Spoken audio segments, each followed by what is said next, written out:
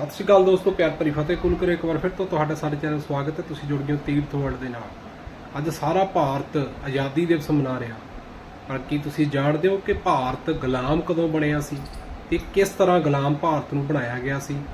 ਲਗਭਗ 100 ਸਾਲ ਭਾਰਤ ਅੰਗਰੇਜ਼ਾਂ ਦਾ ਗੁਲਾਮ ਰਿਹਾ ਤੇ ਕਿਉਂ ਰਿਹਾ, ਕਿਸ तरह गुलाम बनया। अब ये वीडियो देखते हैं, फिर आगे गल करें।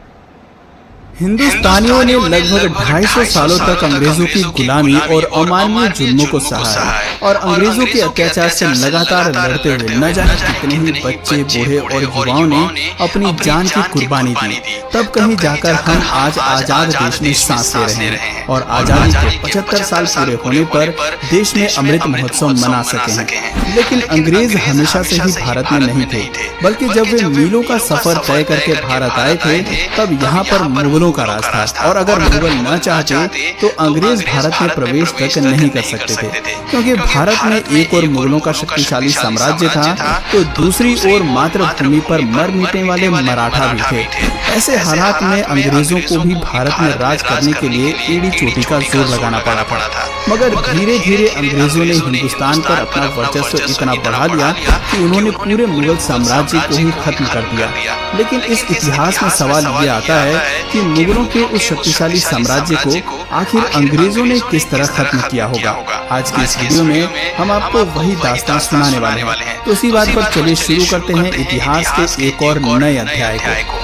इतिहास बताता है कि 16वीं सदी के अंत में भारत इतना संपन्न था कि पूरी दुनिया में जितना उत्पादन होता था उसका लगभग 1/4 हिस्सा केवल भारत में ही उगता था। और यही वजह थी कि भारत उस समय सोने की चिड़िया कहलाता था और पूरी दुनिया की नजर इसी सोने की चिड़िया पर ही टिकी हुई थी। ऐसे में भला अंग्रेज कहाँ पीछे रहते। उस समय हिंदुस्तान में दिल्ली पर सम्राट अकबर का राज था और ऐसा माना जाता है कि अकबर अपने दौर के सबसे ज्यादा दौलतमंद बादशाह थे। लेकिन उसी समय ब्रिटेन में भी गृह युद्ध की स्थिति बन गई थी और उस समय महारानी एलिजाबेथ प्रथम की शासनकाल में अधिकांश अर्थव्यवस्था कृषि पर ही निर्भर करती थी। अफसोस की आपसी गृह युद्ध के चलते ब्रिटेन वैश्विक स्तर पर केवल 3 से 4% उत्पादन ही कर पा रहा था और इसी दौरान पुर्तगाल और स्पेन ब्रिटेन को पीछे छोड़कर उनके मुकाबले काफी ज्यादा तरक्की कर रहे थे। हालात इतने बिगड़ चुके थे कि ब्रिटेन के लुटेरे नाविक भी पुर्तगाल के जहाजों को ही लूट कर अपना काम चलाते थे, क्योंकि ब्रिटेन में लूटने के लिए कुछ बचा ही नहीं था। लेकिन उसी दौरान एक ब्रिटिश नाविक को समुद्री यात्रा के दौरान भारत की अपार संपदा और समृद्धि के बारे में पता चला और ब्रिटिश गवर्नमेंट पर ये खबर जल्द ही पहुंच गई। फिर आया समय सन 1600 का, जब 200 ब्रिटिश व्यापारियों ने मिलकर एक कंपनी बनाई और उस कंपनी का नाम रखा ईस्ट इंडिया कंपनी। और इस कंपनी के सदस्यों ने जब अपनी राजनीति और कूटनीति महारानी एलिजाबेथ को बताई तो वो भी ईस्ट इंडिया कंपनी को सपोर्ट करने के लिए तैयार हो गए। इधर भारत में इसी बीच बादशाह अकबर की मौत हो चुकी थी और अकबर के बाद मुगल बादशाह के तख्त पर अकबर के बेटे जहांगीर की ताजपोशी कर दी गई। साल आ चुका था 1608 का। इधर जहांगीर दिल्ली के तख्त पर अंग्रेजों की चाल से बेखबर हिंदुस्तान पर राज कर रहा था और उधर कैप्टन विलियम हॉकिंस समुद्री रास्ते से गुजरात के सूरत में अपने कुछ व्यापारी जहाजों के साथ प्रवेश कर चुके थे और बस उनके आगमन के साथ ही भारत पर ऐसी काली छाया मंडराने लगी कि जिसने भारत को ऐसा काला इतिहास दिया जो सृष्टि के अंत तक भी भुलाया नहीं जा सकेगा। अंग्रेजों ने भारत में आते ही ईस्ट इंडिया कंपनी स्थापित करने की घोषणा कर दी और अपने इसी प्रस्ताव के साथ काफी बेशकीमती उपहारों को लेकर कैप्टन विलियम हॉकिंस अपने कुछ साथियों के साथ जहांगीर के दरबार में पहुंचे। बादशाह जहांगीर उस समय तो डच और पुर्तगालियों के दबाव के कारण इस प्रस्ताव को ठुकरा देते हैं, पर अंग्रेज भी कहाँ पीछे रहने वाले थे। वो लगातार इस व्यापारिक समझौते के साथ नई नई प्रॉफिटेबल डील्स जोड़ते हुए बार बार जहांगीर के पास जाते रहे और अंततः कुछ समय बाद ही जहांगीर ने इस प्रस्ताव पर हस्ताक्षर करके अंग्रेजों को व्यापार करने की मंजूरी दे दी। और ये मंजूरी मिलते ही अंग्रेजों ने पटना, सूरत, मुंबई और चेन्नई में अपनी फैक्ट्रियों को स्थापित करके व्यापार करना शुरू कर दिया।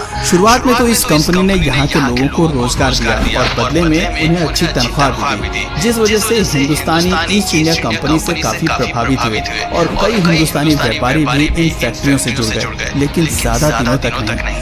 पूरे भारत में ईस्ट इंडिया कंपनी का व्यापार बढ़ता ही चला जा रहा था और अपने बढ़ते व्यापार की वजह से अंग्रेजों के मन में इतना ज्यादा लालच बढ़ गया कि उन्होंने भारत की सत्ता पर ही कब्जा करने की योजना बना डाली और इसी उद्देश्य से 1686 में ब्रिटिशों ने मुगलों के खिलाफ जंग छेड़ दी और औरंगजेब से हुई इस जंग में मुगलों ने ब्रिटिशर्स को बुरी तरह से हरा दिया। इस हार से ब्रिटिशर्स को एक बात तो समझ में आ गई थी कि मुगलों को वो जंग लड़कर तो हरा नहीं सकते, लेकिन उन्हें भारत पर कब्जा भी करना था, जिसके लिए उन्होंने वो कूटनीति अपनाई जिसका फायदा वर्षों बाद भी आज तक भारत के धूर्त नेता उठाते हैं और राज करते हैं। और वो कूटनीति थी डिवाइड एंड रूल की, यानी आपस में फूट डालो और इन पर राज करो। जंग में हारने के बाद ब्रिटिशर्स ने औरंगजेब से माफी मांगते हुए ये वादा किया कि वो दोबारा ऐसी गलती कभी नहीं करेंगे और औरंगजेब ने भी उन पर कुछ जुर्माना लगाते हुए उन्हें माफ कर दिया और अपना व्यापार उसी तरह चालू रखने की आज्ञा भी दे दी। लेकिन मुगलों द्वारा ब्रिटिशर्स को माफ करना ही मुगलों के अंत का सबसे बड़ा जरिया बना, क्योंकि 1707 में औरंगजेब की मौत के बाद कई लोग मुगल सल्तनत पाने के लिए आपस में ही एक दूसरे से लड़ने लगे और इसी लड़ाई के चलते एक समय ऐसा आया जब कुछ कमजोर शासक मुगल बादशाह बन गए जो कि मुगल साम्राज्य को व्यवस्थित ढंग से चला ही नहीं पाए। ये अनुभवहीन मुगल बादशाह रोज नए नए नियम बनाते और उन्हें बदलते रहते और उनकी इसी तरह की बेवकूफियों के चलते अंग्रेजों को मौका मिल गया अपनी चाल चलने का। दरअसल 1717 में मुगल बादशाह ने अंग्रेजों को एक फरमान जारी किया जिसमें उन्होंने बहुत छोटी सी रकम सालाना फीस के रूप में देकर बिना किसी लगान या कर के व्यापार करने की इजाजत मिल गई और इसी दौरान पर्सिया के राजा ने मौका देखकर भारत पर आक्रमण बोल दिया। अब चूंकि ऐसे में मुगल शासक अपनी सत्ता के नशे में इतने खोए हुए थे कि उन्हें अचानक हुए इस आक्रमण के बारे में पता ही नहीं चला और पर्सियन आर्मी दिल्ली तक पहुंच गई और दिल्ली की गद्दी मुगलों के हाथ से लगभग छूट ही गई थी। स्थिति को पूरी तरह बिगड़ते हुए देखकर मुगल बादशाहों ने तकरीबन 2 करोड़ रुपए, जी हाँ, उस दौर में लगभग 2 करोड़ रुपए और कई बेशकीमती हीरे मोती देकर दिल्ली को बचाया। इतनी बड़ी लूट के बाद मुगल पूरी तरह से कमजोर पड़ गए और अंग्रेजों की साजिश भी उन्हें कुछ कुछ समझ में आने लगी। पर अफसोस कि अब वक्त हाथ से फिसलता जा रहा था और उनका साम्राज्य भी। अंग्रेज लगातार भारत पर कब्जा करने की अलग अलग रणनीति अपनाते जा रहे थे, जिसके पहले चरण में उन्होंने बंगाल के नवाब सिराजुद्दौला को तख्त से हटाने के लिए जंग छेड़ दी और साथ ही साथ अंग्रेजों ने वहां के हिंदुओं और मुसलमानों में आपसी फूट डालकर डिवाइड एंड रूल की कूटनीति लागू की, जिसे संभालने में नवाब सिराजुद्दौला नाकामयाब रहे और नतीजा अंग्रेजों के लिए फायदेमंद रहा। प्लासी के युद्ध में सिराजुद्दौला को हराने के बाद अंग्रेजों ने सिराजुद्दौला के सेनापति को अपने साथ मिला लिया और उसे बंगाल का नवाब बना दिया। समय बीतता गया और भारत पर अंग्रेजों की ताकत और अधिकार भी उसी के साथ साथ बढ़ती जा रही थी। सन 1764 में अंग्रेजी फौज ने बक्सर के युद्ध में अवध के नवाब, बंगाल के नवाब और मुगल नवाब शाह आलम द्वितीय इन तीनों को हरा दिया। इसके अलावा निजाम और मराठों के बीच में भी फूट डलवाकर अंग्रेजों ने पहले तो उन्हें लड़वाया और फिर उनकी लड़ाई का फायदा उठाकर खुद उनकी कमजोर सेना को हराकर उनकी रियासतों पर कब्जा कर लिया और अंग्रेजों ने अपनी इसी रणनीति और कूटनीति को अपनाते हुए 18वीं सदी तक भारत के लगभग हर एक क्षेत्र पर अपना संपूर्ण कब्जा जमा लिया, जिसके बाद उन्होंने व्यापार और अपने अधिकार क्षेत्र की अन्य कई चीजों पर अपनी मनमर्जी के टैक्स लगाकर भी काफी कमाई करी और भारत को अंदर तक लूट लिया।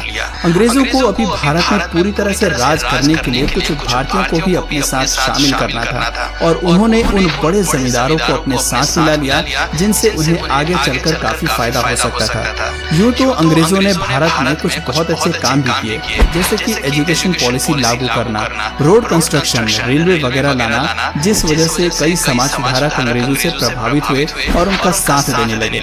मगर यही विश्वासघात की वजह थी कि 1857 की स्वतंत्रता क्रांति के दौरान कई बड़े जमींदार और समाज सुधारक अंग्रेजों के साथ हो गए थे, जिसकी वजह से आगे चलकर अंग्रेजों को भारत पर जीत हासिल करने में मदद मिली। भारत पर जीत के साथ ही मुगल साम्राज्य के आखिरी बादशाह बहादुर शाह जफर को अंग्रेजों ने अपना बंदी बनाकर रंगून की जेल में भेज दिया और उनके बेटे व खानदान के तमाम लोगों को मौत की नींद सुला दिया और पूरे भारत को अपना गुलाम बना दिया। तो दोस्तों, ये थी वो दुख भरी दास्तान जिसमें वीडियो ਜਿਹਦੇ ਵਿੱਚ ਤੁਸੀਂ ਦੇਖਿਆ ਕਿ ਕਿਵੇਂ ਅੰਗਰੇਜ਼ਾਂ ਨੇ ਇੱਕ ਵਪਾਰ ਦਾ ਨਿਉਤਾ ਲਿਆ ਕੇ ਮੁਗਲ ਸਾਮਰਾਜ ਦੇ ਵਿੱਚ ਇੱਕ ਪ੍ਰਸਤਾਵ ਰੱਖਿਆ ਕਿ ਸਾਨੂੰ ਵਪਾਰ ਕਰਨ ਦੀ ਇਜਾਜ਼ਤ ਦਿੱਤੀ ਜਾਵੇ, ਤੇ ਉਹ ਵਪਾਰ ਕਰਨ ਦੀ ਆੜ ਵਿੱਚ ਉਹਨਾਂ ਨੇ ਖੁਆਬ ਦੇਖਿਆ ਸੀ ਕਿ ਅਸੀਂ ਭਾਰਤ ਤੇ ਕਬਜ਼ਾ ਕਰਨਾ, ਇੰਡੀਆ ਤੇ ਕਬਜ਼ਾ ਕਰਨਾ, ਤੇ ਉਹਨਾਂ ਨੇ ਉਹ ਜੋ ਖੁਆਬ ਦੇਖਿਆ ਸੀ ਉਹਨੂੰ ਪੂਰਾ ਕਰਨ ਲਈ ਸਾਰੇ ਸ਼ਾਮ ਦਾਮ ਦੰਡ ਭੇਦ ਜੋ ਵੀ ਉਹ ਅਪਣਾਏ, ਤੇ ਇੱਕ ਦਿਨ ਉਹ ਐਸਾ ਆਇਆ